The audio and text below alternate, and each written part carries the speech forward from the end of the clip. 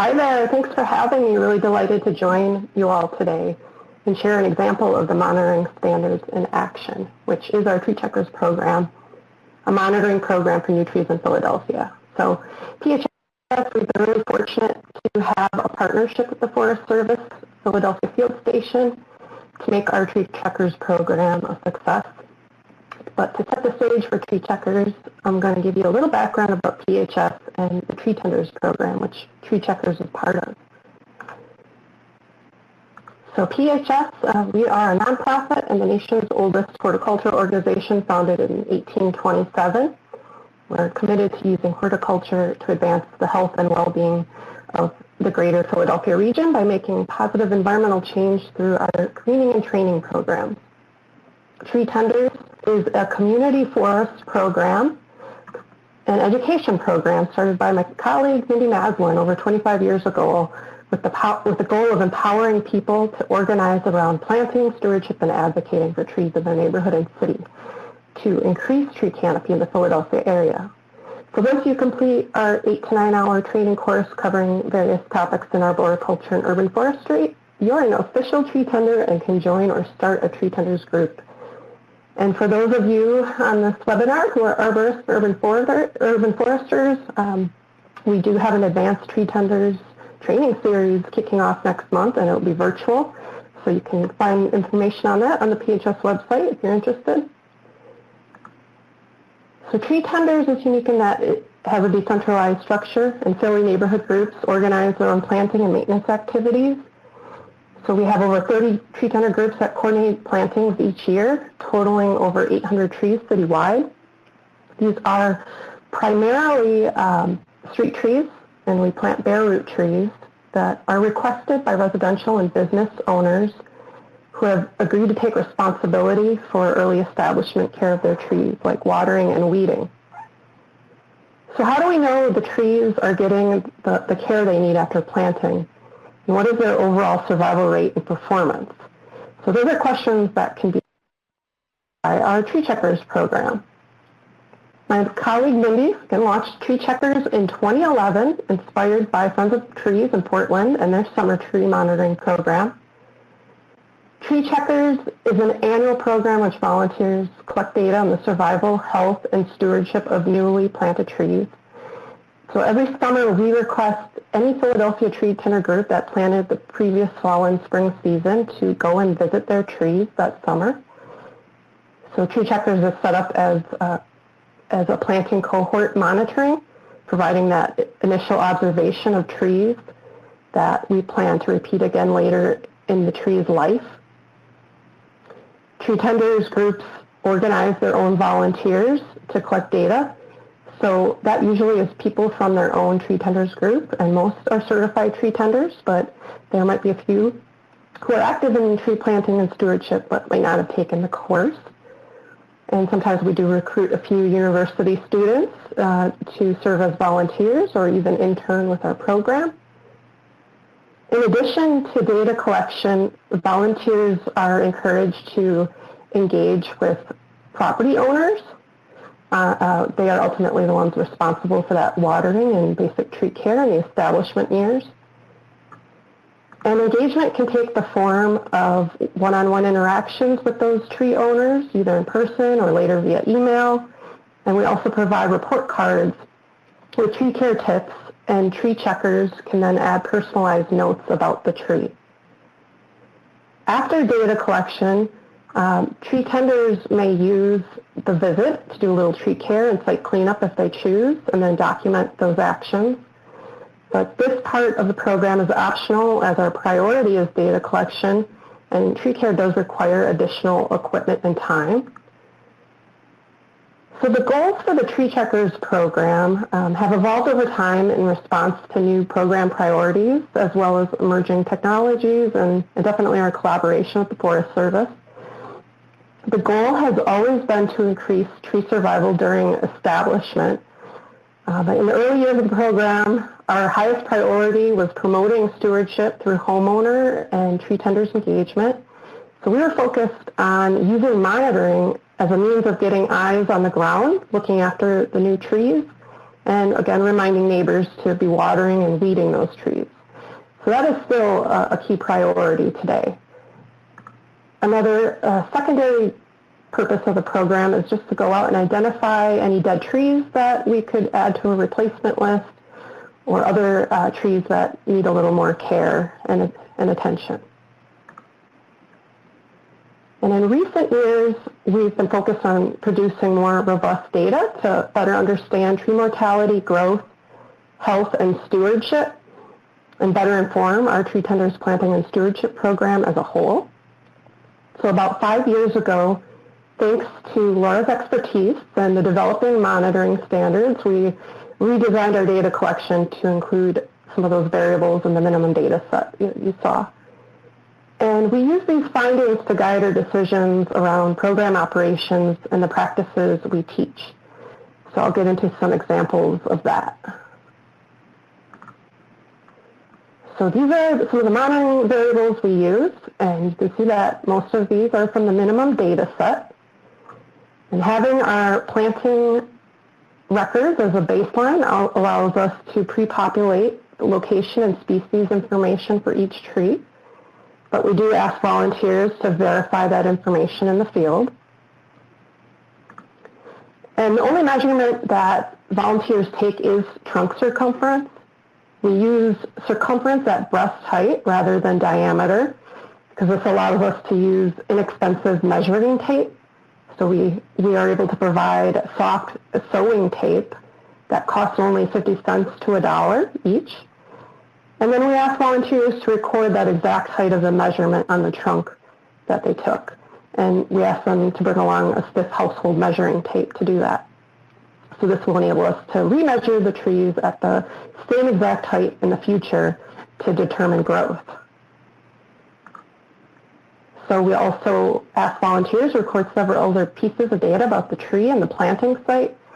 This includes the root flare buried, which can indicate the tree was either planted too deep or the tree later settled in the soil, as well as branches that might have been broken by cars or vandals, and the presence of weeds or trash in the planting pit.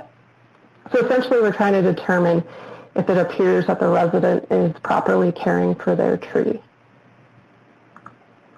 And additional variables we collect is related to administrative things, so volunteers can take notes about the tree issues they're finding, the maintenance actions they performed, or the follow-up that's needed for a tree. And volunteers can also record whether they left a report card or spoke to the owner. And while not common, tree checkers may also note if there's something wrong with the planting record, like an incorrect site ID or species information. Or maybe a tree was never planted in the first place due to some kind of site problem on planting day that might not have been reported back to PHS. Just a few quick tips on how we're managing field work and data collection. To start, it's important that we get our planting records in order and cleaned up to make sure that the field work and the data review is efficient. And we give the volunteers the option to record data the old-fashioned way, writing their notes on a printed worksheet, or we prefer they enter their data on a mobile device using a web-based form. PHS will provide supplies to the volunteers, such as measuring tape and safety vests, as well as training. We generally hold an in-person 2-hour training that covers protocols for the data collection and field safety. And we also provide additional guidance to our group leaders for how to carry out data collection, as it's up to them to coordinate the volunteers for that. So we put together Excel worksheets of trees for each tree tenders group to check on. So again, they can print, take that in the field, and transcribe their notes and email them back to us. We also provide a cheat sheet containing descriptions for recording circumference and variables that have categories. And these examples, I believe, will be included in the resources for the webinar if you want to check them out. About 4 years ago, we launched mobile data collection and a web-based data management platform we call the Urban Forest Cloud. And we have been contracting with Planet Geo to host our data in a custom version of their tree plotter software. So this enables our volunteers to log in and be able to enter tree checkers information and update that information over time, and only be able to edit their group's trees. And so some of the benefits of using this can be used on a mobile device in the field. We have the ability to map the trees, so putting them over imagery adds another layer of that location validation information. And you could just visually see the best way to assign your field teams to trees, and even the progress of data collection throughout the season. And another great feature is we can easily attach photos to the tree records, which is very helpful when it comes to reviewing the data for errors and even just seeing the state of how our trees look.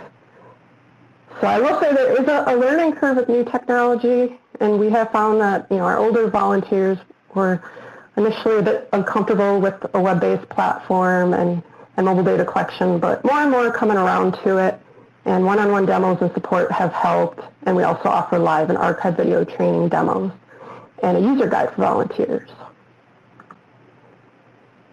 So after every project, we analyze the data and put together a report that summarizes our findings, and we use this information in various ways to inform the direction of our program operations and our teachings. The report includes percent mortality by species, so we can get a good idea about species that are performing well or not so well in our harsh Philly streetscape as their root trees, and report that back to the city arborist and the nursery.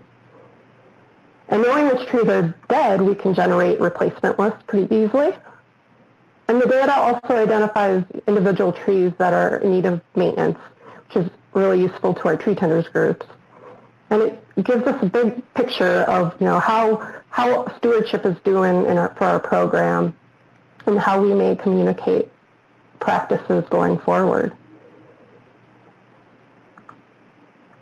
So another great benefit of collecting this monitoring data following consistent standards allows us to compare that data year to year, and shows us trends in tree mortality, health, and stewardship overall. And we can discuss this information with our Tree Tenders Advisory Committee. We've been really happy to see about 700 trees checked each year, which has generally been 70% or more of our plantings. So since it's not 100%, it is a convenient sample. So the closer to 100% we get, the more confident we feel about the numbers we report, especially mortality. And this data even tells us something about planting technique. We've noticed a significant number of trees have been reported as buried too deeply, which initially alarmed us because planting the root flare at the proper depth is something we really emphasize in our trainings, but we suspect a lot of trees may actually be settling in the soil. So to dive deeper into that issue and figure out how to best address it, we're going to revise our data variables to get at depth and potential cause, because we've only been recording this as a yes or no variable. Another benefit of monitoring is it allows us to discover any errors in our planting records and clean those up. It also provides good baseline data for long-term monitoring. So our goal is to do repeat monitoring so we can determine growth and mortality rates over a longer period of time. So to wrap this up, just want to share a few lessons we've learned along the way. First, I want to reiterate the importance of clean data records and definitely the value of these monitoring standards. They enable organizations in our industry to do rigorous monitoring, and these trusted standards give us confidence in how we analyze, interpret, and report the data. So over the last decade, we've also learned our tree monitoring program is not static. It's evolved to adapt to changing goals, research questions, and even the monitoring standards. And it will continue to evolve, I'm sure. So I'm excited to check out the new monitoring guides and glean more insight as we expand tree checkers beyond Philadelphia. And finally, I will confirm monitoring does take time and people power, but we find it very worthwhile learning new things about trees and their stewardship in Philly, and it really guides us to improve our program and teachings to more effectively grow tree canopy. So with that, I want to thank Lara, Natalie, and everyone who has worked so hard on shaping and sharing the monitoring standards. These are really all valuable to the work we do.